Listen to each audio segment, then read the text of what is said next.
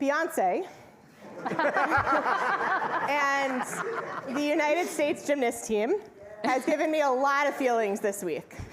So I don't know if you saw the video ad that Beyonce created in order to support our American team. Yeah. But it's this awesome, empowering, somehow tear-jerking, I don't really know why I was crying, but I was, watching her narrate how awesome it is to be Team USA while watching mainly the US gymnast team do the things that make them so awesome. And the beginning of the video, she opens it by saying, I cannot do her narration voice, it's amazing, so you're just gonna get my voice. She says, get a look at America, y'all. These hopes and dreams, these superstars that represent us, the people of this big, bold, beautiful, complicated nation. Big, bold, beautiful, complicated nation. Big, bold, and beautiful, we get a lot. Most often, people don't state the complicated part. And she said it, you could kind of tell, she said it with a smirk, but also she said it in celebration, as if it was just as cool that America was big and bold as it was that we are complicated, as if it's awesome that we are complicated. I don't know if it was shocking to you, but it got me. It surprised me, and I kind of loved it. Which is weird, because we as humans, we don't like complicated, right? We don't really lift up complicated. We don't really celebrate complicated. In fact, our brains do a really good job of seeing things and uncomplicating them, right? Instead of seeing a head and arms and legs and a body, we see a human, right? Our minds literally do this for us so that we know how the world is, so that we don't have to spend so much time trying to figure things out. But sometimes we make it too easy. Sometimes we simplify too far, and it gets us into trouble. And we come by this honestly, because not just us do it, but in this week's Torah portion, Moses and God do it. So in this week's Torah portion, the Israelites are right at the cusp of the promised land. They have gone through the wilderness. We're at the end of the book of Numbers, and they see the promised land in front of them. And Moses is telling them, the tribes, what part of the land is going to be theirs. So this is the moment. They're psyched, right? You get this, and you get this, and you get this. When suddenly, two of the tribes, the Gadites and the Reubenites, make a wild assertion to Moses. They turn to Moses and say, we have a lot of cattle.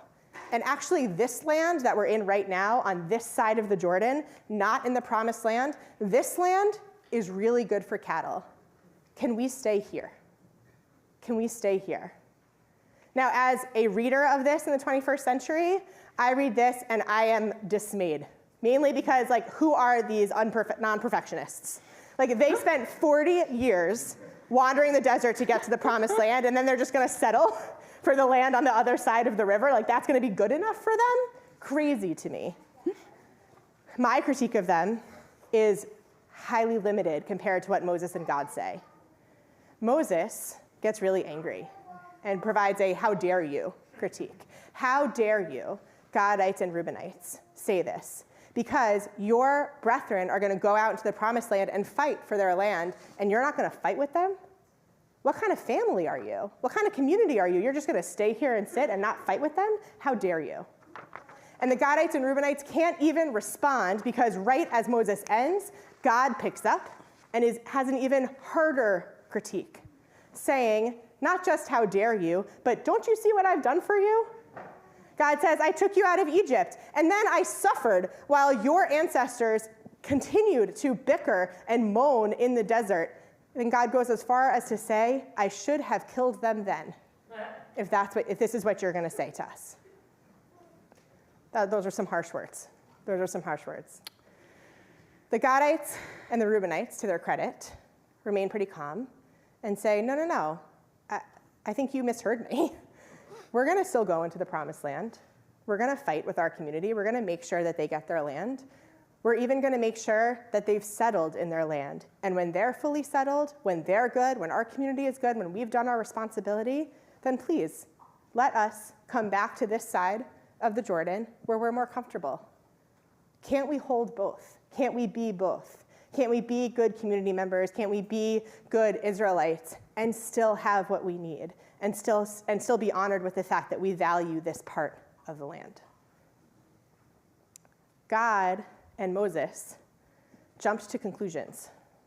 They heard one thing and simplified what they heard into a label, right? That they're going to say this thing, and therefore these people are now traitors. These people are now another. These people are now different from us. Versus hearing what they actually said, which is, this land's pretty good for cattle. Right? Like, that's what they said. This land is good for cattle. Right? But what they hear is, we reject you and reject everything you stand for. They simplify it to that.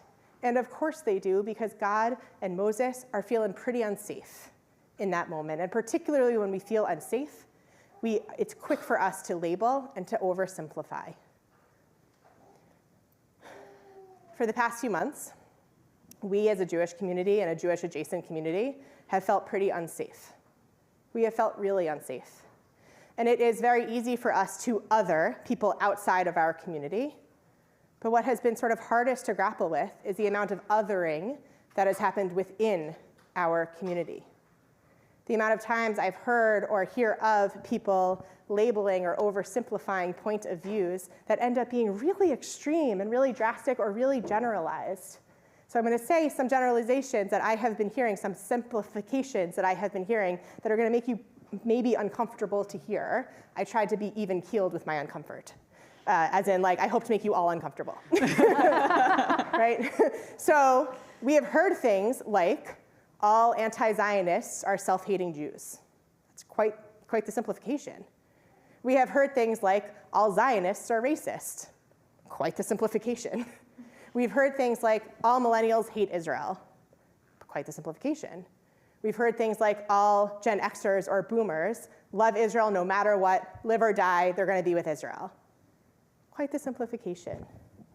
And when we do that, when we say things like that, when we hear things like that, it's very easy for us to begin to separate, begin to see even people that we identify with as another, as separate from us, as different from us, and we alienate each other. And when we do that, when we label each other, when we oversimplify each other, we do exactly what God and Moses did, which is we don't hear what we're actually saying. We don't hear a group of Jews say, no, we really care about humanitarian issues. And this seems to really go against our humanitarian issues. We want to lift that up. We don't hear Jews when they say, no, we know what it's like to feel really unsafe, physically unsafe where we live, and we need Israel as a safety net. We need Israel as a home. We don't hear Jews when they say, no, I love this country, but I am struggling with the humanitarian issues there, and I don't know where that leaves me. We don't hear institutions when we have a sign outside that says, we support Israel in its struggle for peace and democracy, as saying, we support Israel in its struggle for peace and democracy. We see it only as we support Israel, not all throughout, as opposed to seeing the nuance there of saying we love this country and we want to work to see it be better, to see it be the amazing country we want it to be. We miss the nuance. We miss the complicatedness when we oversimplify and when we label. And in so doing, we miss each other. Make it a little bit lighter for a second here. After the US team won the all-around, sports writer Emily Bix wrote about the team. What I loved about watching Simone Biles, Rebecca Andrade, and Suni Lee dominate the all-around final was how they cheered for one another. Women supporting women while competing at the highest level, using their rivalry to push themselves and as a result propel their sport to a new level. Their rivalry propelled their sport to a new level. Can you imagine, just imagine what our community would be like if our differences, if our disagreements, if our complications allowed us to propel ourselves to a new level.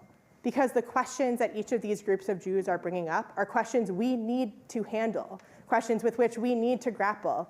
We need to grapple with a humanitarian crisis. We need to grapple with the safety issues, the unsafety that we're feeling as Jews in America and as Jews in this world. We need to grapple with this real big conflict of loving a country and maybe disagreeing with it. We need to grapple with these things, and the more that we're othering each other, the less we can actually strengthen each other and our points of view. It doesn't mean we have to agree, but rather that iron sharpens iron, that we actually make ourselves better, make ourselves more clear when we engage with one another. At the end of a book of Torah, we say, Chazak, Chazak, v'nit chazek, strength, strength, and we will be strengthened. I feel like our ancestors knew that there might be disagreement amongst Jews at some point in their lives. And so they put in these two strengths, Chazak, Chazak, as if to say, my strength is different from your strength, but we have to have our strengths together in order to v'nit chazek, in order to be strong together. Chazak, Chazak, v'nit chazek, that my values might be different from your values, but we better come together to v'nit chazek, to make our values and our community and our society stronger.